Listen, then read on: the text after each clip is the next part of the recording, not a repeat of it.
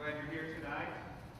So glad you're here tonight, and I hope that you will stay for share and prayer groups afterwards this evening. Even if you forgot about the groups or you think, oh no, I didn't sign up to bring food, please stay and be a part of one of the groups. If you're a guest tonight, just find one of the groups. We have 4 or 5 groups meeting throughout the building, and you're invited to any of those. Or I guess all. You can go around and have a progressive dinner tonight if you'd like. I suppose that would be okay.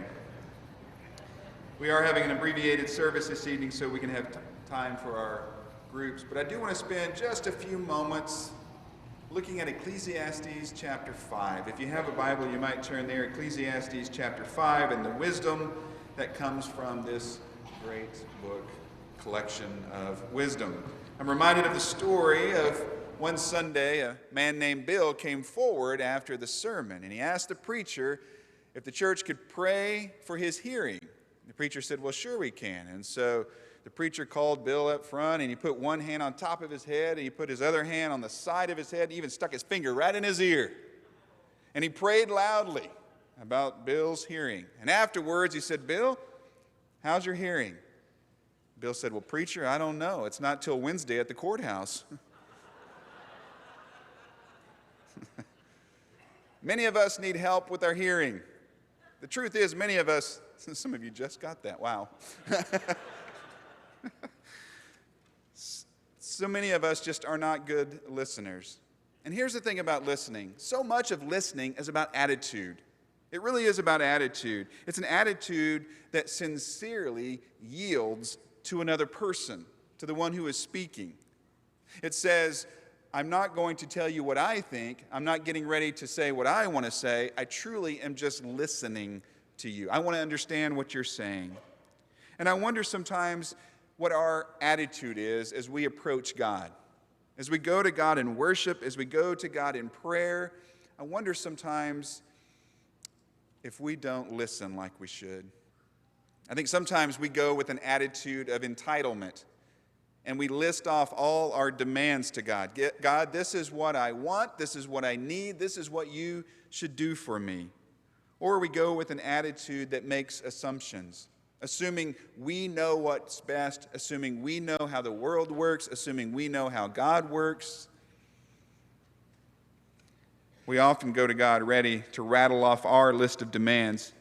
And rarely, I think, do we go to God genuinely yielding to God. Going to God with no set agenda, no preconceived assumptions, just going to God and listening, and maybe expressing gratitude. And so that takes us to Ecclesiastes chapter 5. I want you to listen to what the wisdom writer says. He says, guard your steps when you go to the house of God. Go near to listen rather than to offer the sacrifice of fools who do not know what they do wrong. Do not be quick with your mouth. Do not be hasty in your heart to utter anything before God. God is in heaven and you are on earth. So let your words be few. A dream comes when there are many cares, and many words mark the speech of a fool.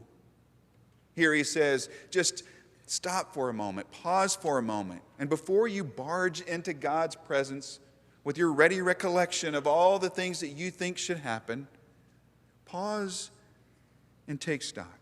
Have some perspective. And rather than doing all the talking, maybe you need to do a little bit of listening. This comes as a part of this wisdom collection that the writer, the teacher, the preacher, as he's called in Ecclesiastes, shares his experiences from life. And it's almost like he is saying, you know, I've been there and done that. I've been there and done that. I've been there and done that. And I have a perspective about all these things, where I've been and what I've done. And here it is.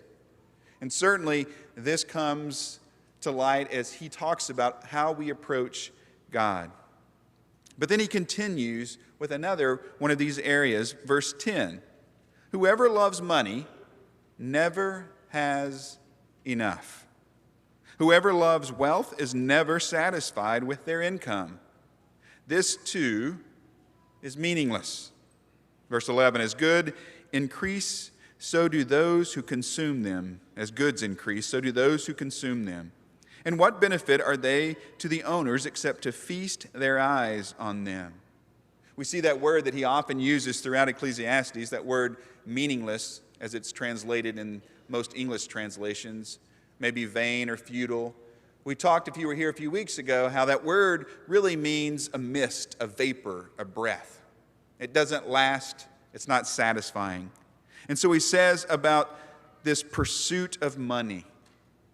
He says, if you put all of your purpose, all of your happiness in this pursuit of money, you will never be satisfied. It's meaningless. It doesn't last. It will not satisfy. And I like what he says there. He says, if you love money, you will never have enough. That love will never be satisfied. You see, again, we see the problem that he highlights. And it's this attitude of entitlement and discontentment, this overactive self-reliance, this endless pursuit for more.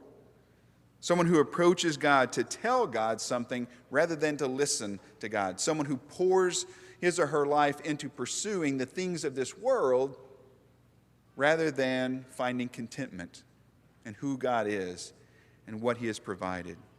And so in many ways, what we see here is a warning against being someone who tries to control and manipulate everything rather than simply yielding to God, who is in control of everything.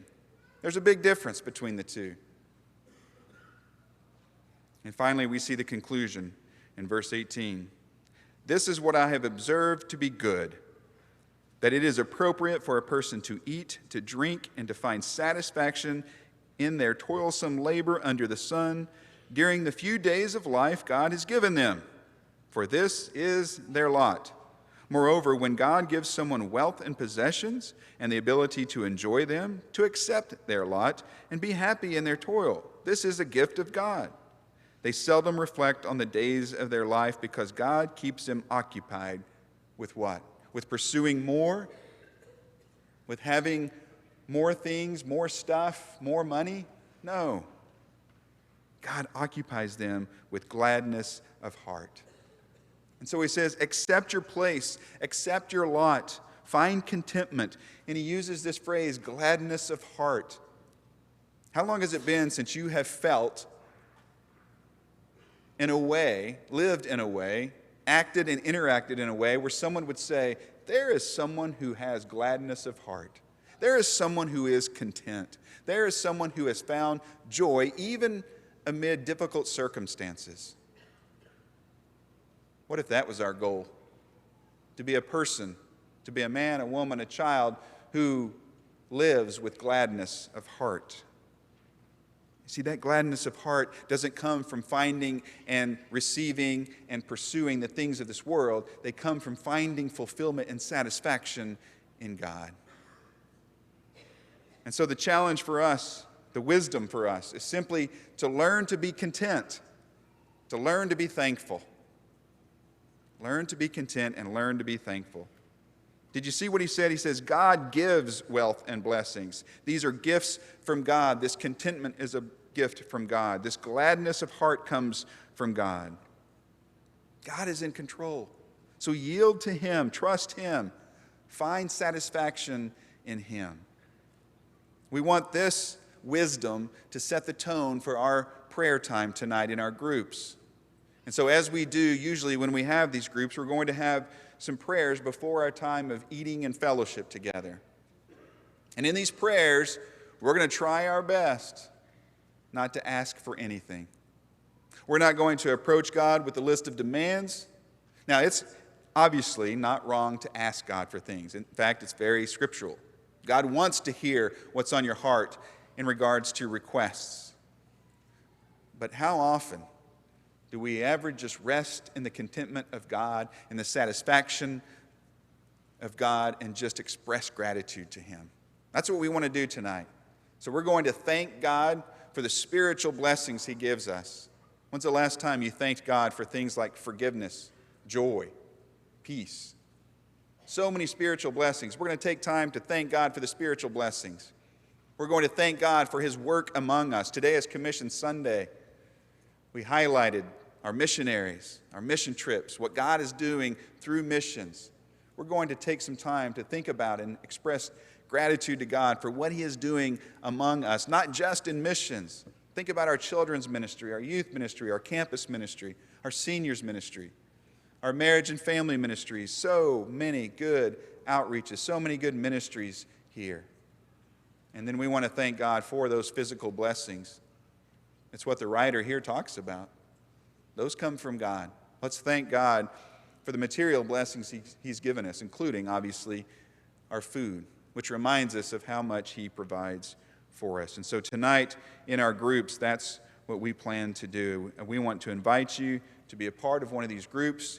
We want you not just to pray when we gather to pray, but to live a life of prayer and to live a life that is a life of gratitude, of satisfaction, and contentment.